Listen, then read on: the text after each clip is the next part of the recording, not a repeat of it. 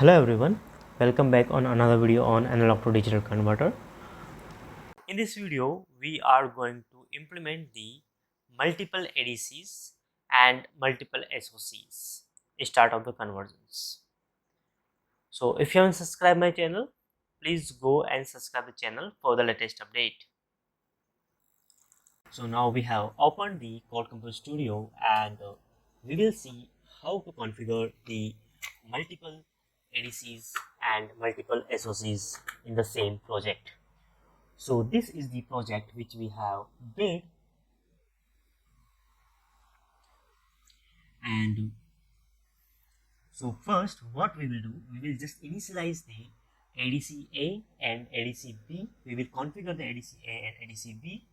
So we will go to the functions. So this is the configurations for the ADC-A, and these configurations we have seen in the previous videos also. So we have used the configure ADC-A, and this is the configuration which we have followed in the last video on ADC.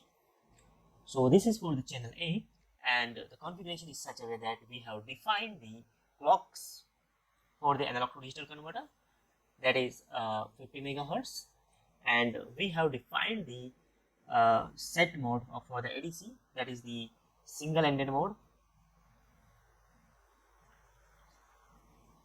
and 12-bit resolution.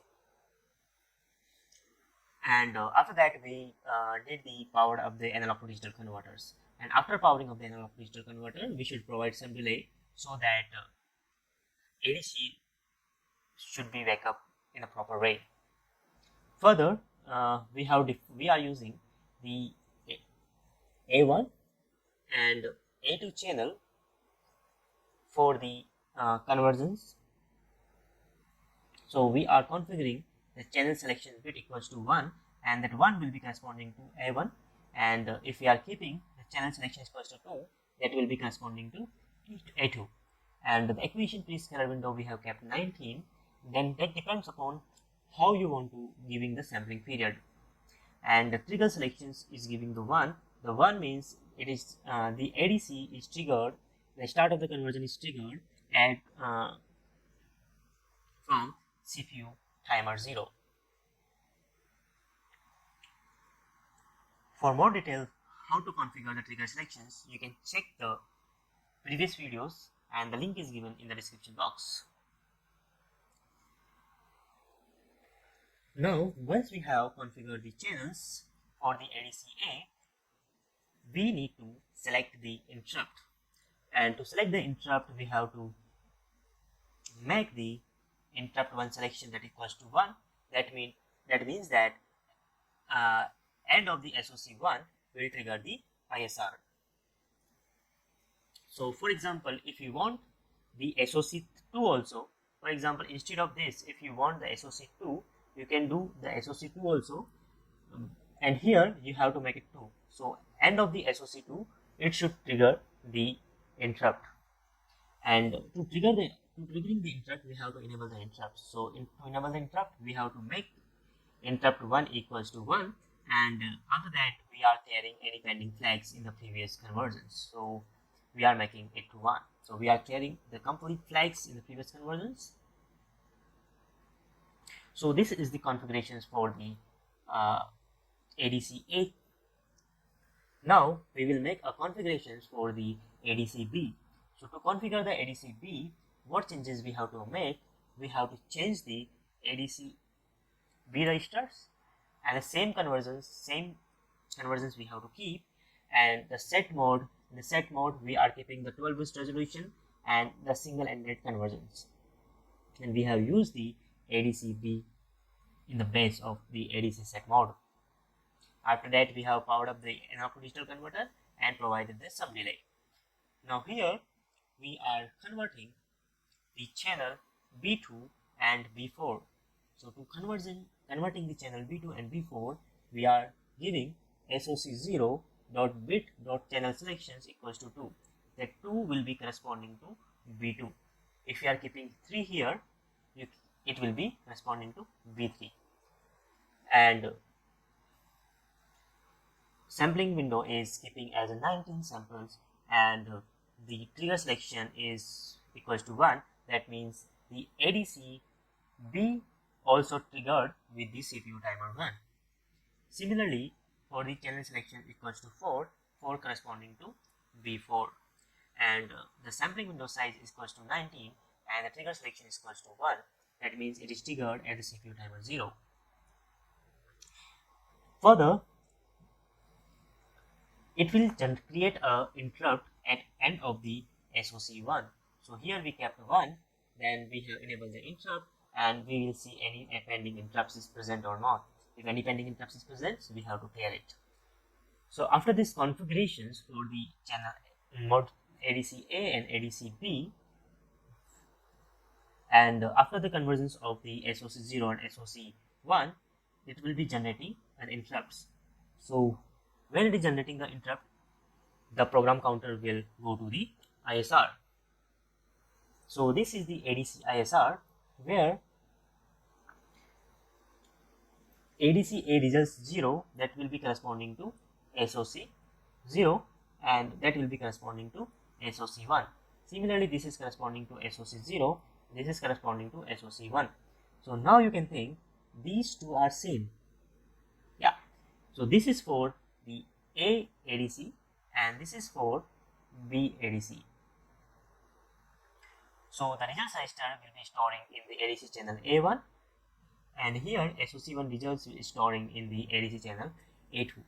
And we are normalizing the things, so results will be storing in the channel A1 and channel A2, and this is for the module A. Now for the ADC-B, the results register will be stored in the ADC channel B1, and that is normalizing the things. And here also the result register is storing in the channel B, and this is the normalizing the things. So after normalizing the results, we will clear the ADC interrupt flag, and we will check if any overflow flag happens in the ADC interrupt or not. If any overflow happens, we will clear the overflow flag and we will clear the interrupt flag. And at the end of the ISR, we are acknowledging the pi group. So now we are calling this in the main functions. So in the main function, if you are coming into main functions, we are initializing the device init GPIO, disable all interrupts, and we are configuring the ADC-A and configuring the ADC-B. And after that, we are initializing the interrupt init module, interrupt init vector table, and pi control register, IER, AFR are disables, and init pi vector table we are calling, and we are calling the pi vector table dot ADC-A1 underscore interrupt, that will be equal to address of the ADC ISR. So whenever the interrupts occurs after end of the conversions, the program counter will go to the ADC ISR, and CPU timer 0 is used to trigger the ADC. So the time period to trigger the ADC is 1 millisecond. That is in a microsecond, so it will be 1 millisecond. Sorry, 1 second. And we are enabling the pi IR dot bit dot int x1 equals to 1. That is for ADC-A, because the interrupt is generated for the ADC ISR. So now what we will do, we will run, and I'll connect the launchpad and I'll come back to you. So now you can see that I have made some setup, as you can see here, and now you can see that this is the pin number 29, 28, 68 and 70. So these are the pins on the launchpad that corresponding to the ADC pin which we have configured in the code. So now I will run the project and I'll see the voltages. So now I will check the pin number 28 and I'll connect it to the 3.3 volt. So you can see that this is corresponding to channel B1. Further, I'll connect the pin number 68, and that is corresponding to 3 volts. Now you can see that the channel B2 is also 3 volts. And if I connect it to the ground, you can see that the channel B2 is 0 volt.